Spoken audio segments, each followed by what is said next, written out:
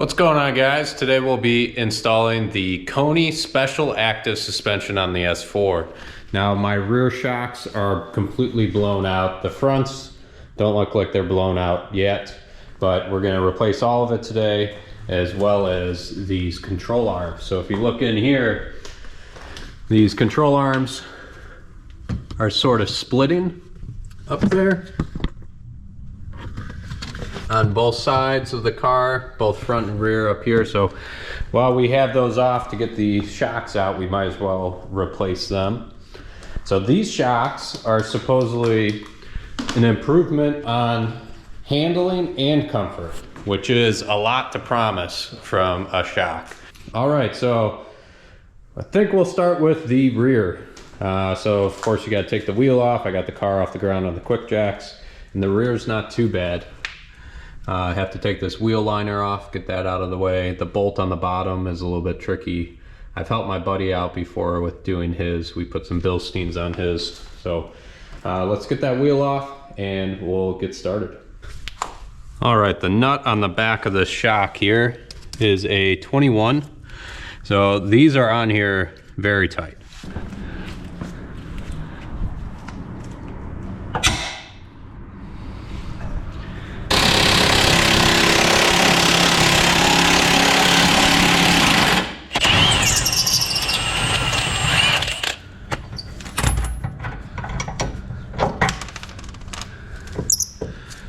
Holy crap. All right, so this washer that just fell out, this goes in between the shock and the hub. All right, one out. Now we gotta get the top bolts. So for these top bolts, you have to take this wheel liner off just slightly, not all the way. So we'll undo these two here to be able to pull this back. So we'll take a actually a pick tool in here and get these guys. I'm sure there's a good way to do this without breaking these, but I do not know. All right, now we can pull this liner back here and expose the two bolts up here. There. So we'll take those out and then we should be able to get this shock out. Compress this as much as we can and quickly pull her out. There we go. Just like that, we got the shock off. So now we need to transfer this top hat over to the new shock. So we got to take this cap off here and it will expose a bolt for us. Let's get our pick tool in here. Wow, lots of dust. All right, so we need to get this bolt loose and hold this centerpiece. All right, to get this nut off, you have to either grab this thing or do what I did and cut a slot into it. And then you have your pass-through wrench like this. So since I cut that slot in it, I can put this flathead screwdriver here and break this loose. It's on there pretty good, but that slot's enough to hold the shock into place while I turn this. See, it's coming loose, it's just on there pretty tight. So now what we need to do is transfer this over to the new shock. See, this could probably go right up top here. This is a little cap, and then we can put the washer on like this.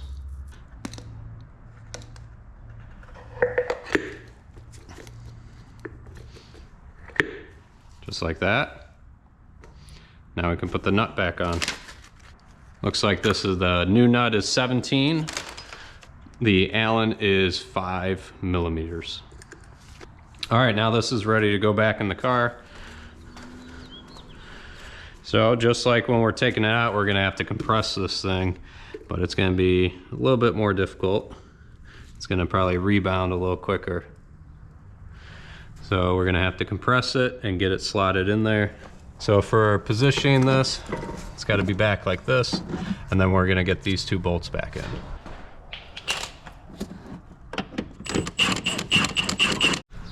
All right, with the top bolts tightened down, put this liner back in place here, and you can actually put these clips back on. So you slide these on, these little notches here. Should feel them click down just slightly. So you go from a spot here and you're trying to slide it over towards the bottom. You start near the top and slide it up. Like that. There we go, so that's back in. Now we can put this bottom bolt back in. I'm gonna put a little bit of anti-seize or WD-40 on this to stop it from corroding.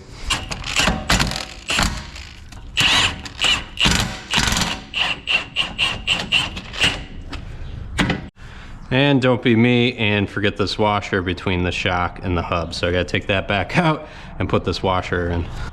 All right, I have this jacked up to approximately ride height, so now we can torque down that back shock bolt. There's really nothing that's too bad on these rear shocks. That bottom bolt's on there pretty tight, but if you have a big cheater bar like this, it's not too bad. So just look out for that. Getting the shock compressed and out isn't too bad. I guess cutting the notch in the top of the shock to be able to break this loose is a little bit of a pain, but if you have a little grinder, it's not too bad. So bottom bolt and this, that's what might give you a hard time. Other than that, this isn't too bad. So I'm gonna go ahead and do the other side. It's gonna be the exact same, and then we'll move on to the front. So I did the driver's side first to figure everything out, and I'll give you guys a step-by-step on the passenger side. The only thing to call out on the driver's side is that you have to get to the bolt right below this windshield washer reservoir here, or fill spout, whatever you want to call it. So you take one 13mm bolt off here and you're able to lift it out of the way just enough to get to that bolt. Now on this side, one thing I learned is that the pinch bolts are very, very difficult to get out. So I'll show you guys the tricks on the other side, what I had to do to actually get that thing out. All right, on the passenger side of the car, first thing we'll do is remove this bolt for these upper control arms. To help relieve some tension on this, I'm going to loosen these bolts up here because these are, when these tighten down, these have a little bit of pressure on them. So I'm going to loosen these. Hopefully that loosens a little bit of tension on this bolt. So I thought this was coming out, but it's actually giving me a hard time just like the other side. So what I'm doing is I'm torching along here, getting this nice and hot, and then I'm using the pickle fork to go in here and put pressure on the head of the bolt and then turning it with the wrench there. Finally got the pinch bolt out. Just took a lot of heat and persuasion from the pickle fork. So eventually got it.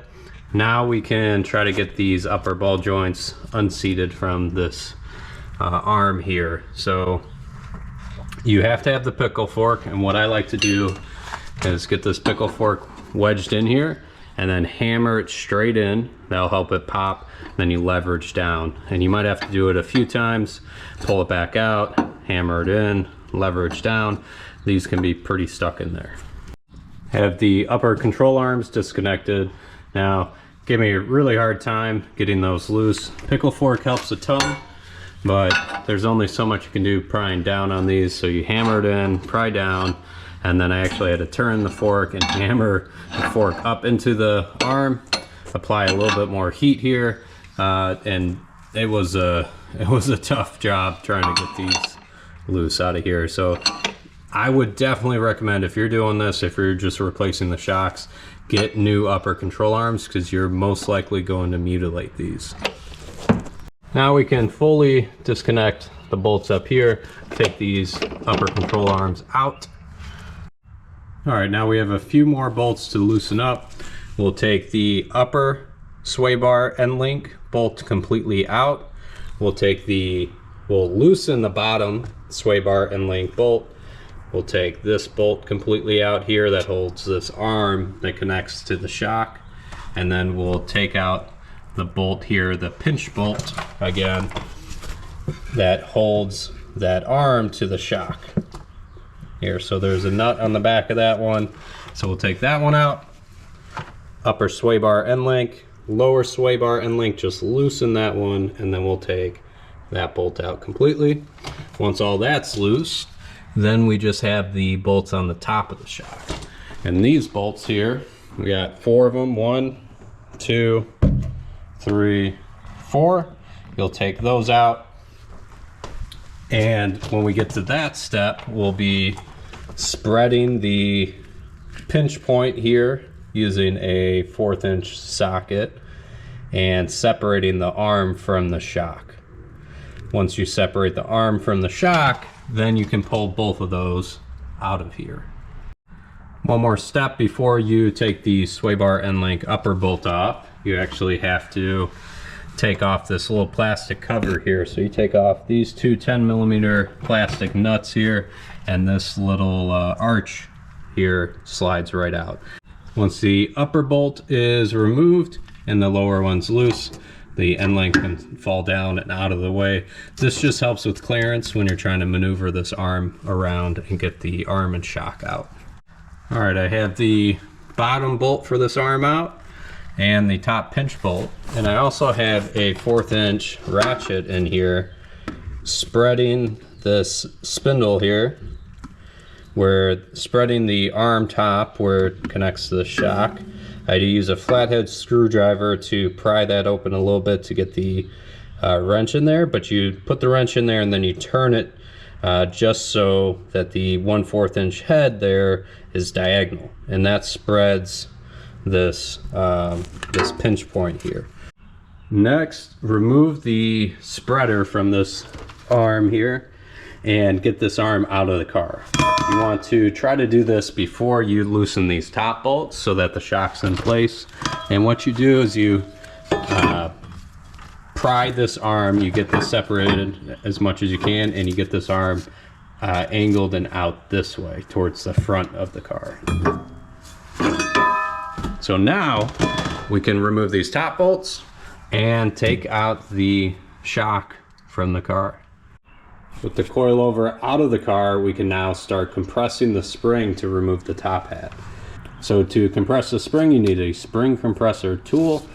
Got one on this side and one on this side. The way this top hat is positioned, I have to have the bolt, the head of the spring compressor tool up top, and the bolt going all the way down here. Just with the length of this here, it'll contact the top hat. So you want to try to position one on each side, slowly start tightening this down, and once this all moves around freely up top here, the top hat and this rubber piece up here, then you know you compress the spring enough. Be very careful with this, it's dangerous. If you don't compress the spring enough, you'll have tension still on the top hat when you loosen it. So you want to be safe and make sure that you compress the spring enough. Make sure that these are seated down properly. You can see this top hat is moving around freely now, so that means we compress the spring enough. So we're able to take off this top bolt here. What you need for this top bolt is a pass-through wrench. So the stock bolt is a 18mm. So you have a pass-through wrench that looks like this, and it gives you access to the hex in the middle. It'll look something like this. So I can't do this with one hand, but you turn these both opposite directions here, and you should back this nut all the way loose. Keep your face and anything else away from the top of this, just in case it's under pressure. You should know it's not under pressure based on how this is all turning. If it gets tight during this process, recheck your clamps. All right, so it's all disassembled here. So for assembly, we reuse this rubber piece at the bottom off the stock shocks. You put on this plastic washer they give you, and then we put on the spring. So position the spring to where the end of the spring is hitting the rubber piece on the bottom. Then you can drop on the bump stop. We'll be pushing this back up into the top hat, but you can just drop it on for now. Then with the top hat, make sure the top hat's positioned where the edge of the spring hits the edge of the rubber on the other side of this top hat. Put on this small washer, and then you can put on this piece here. Okay, with that piece on, the last thing is the new nut that came with the shocks. For tightening this nut down, it's just like how we took it off. You use a pass-through wrench and a hex in the center. Now we can start to loosen these spring compressors here. Make sure that the rubber piece up here is seated right, everything looks right as you're loosening those spring compressors. Got the spring compressors off, and this thing's ready to go back in the car. So you might want to put the bottom piece in first, then get the shock in place, just sitting above this bottom piece. Okay, the coilover is partially back in with this arm beneath it. You can see it's just resting above the arm here. So we're going to use the 1/4 inch wrench to spread the joint here on this arm so that the coilover can slide into the arm. And then we're going to do the bottom bolt, get that bottom bolt through on this arm. Use a jack to compress this whole thing up to be able to get the top bolts for the coilover in. So next, put in the sway bar end link bolt up top here while the whole assembly is downward. If you jack it up too much, you won't be able to get that bolt in. So you might have to play around with this jack a little bit to move everything up and down, get all the bolts in. So we got that bolt in, got the bottom one. I have the pinch bolt here back in, and I'm starting to put these arms back in. So we got the bolts back there, the new arms, and then we're gonna position these into here, and we'll have to use a hammer and tap these down just a little bit. Hammer or wrench or whatever you need to do just to tap these down into place. I have the new pinch bolts in place here. Now, I had to buy a new one. It's not as good as OEM on the fitment here because I twisted this one just slightly getting it out. So I ran over the Ace hardware and got a new one. I might replace this with the OEM one, but just to get me by for now, this will do. So I'm going to compress the suspension up to approximately ride height and then tighten everything up. It's important to get the suspension to ride height because of the suspension bushings. When you tighten these down, it actually locks some of these bushings in place, and they can be twisted in their unnatural state, so to say, if you're tightening it not at ride height. So you want to get this compressed up to about ride height. If you're smarter than me, you would probably measure this and compress it, or be able to tighten it when it's on the ground. I won't be able to reach all of this when it's on the ground, so I'm gonna get this about ride height. I don't know exactly where that is. I'm just looking to see when this starts to lift off of here a little bit and then go a little bit less than that.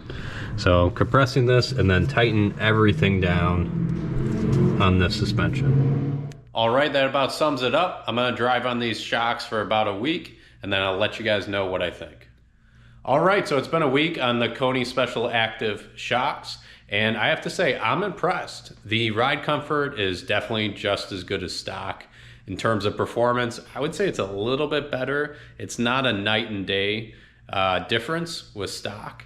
Now, I was on blown out rear shocks in the rear, tired front shocks in the front. So it's not comparing fresh OEM to these Koni Special Actives, but still very happy with the ride comfort, happy with the performance. They're actually exactly what I was looking for. So that's all for this video. Thanks for watching.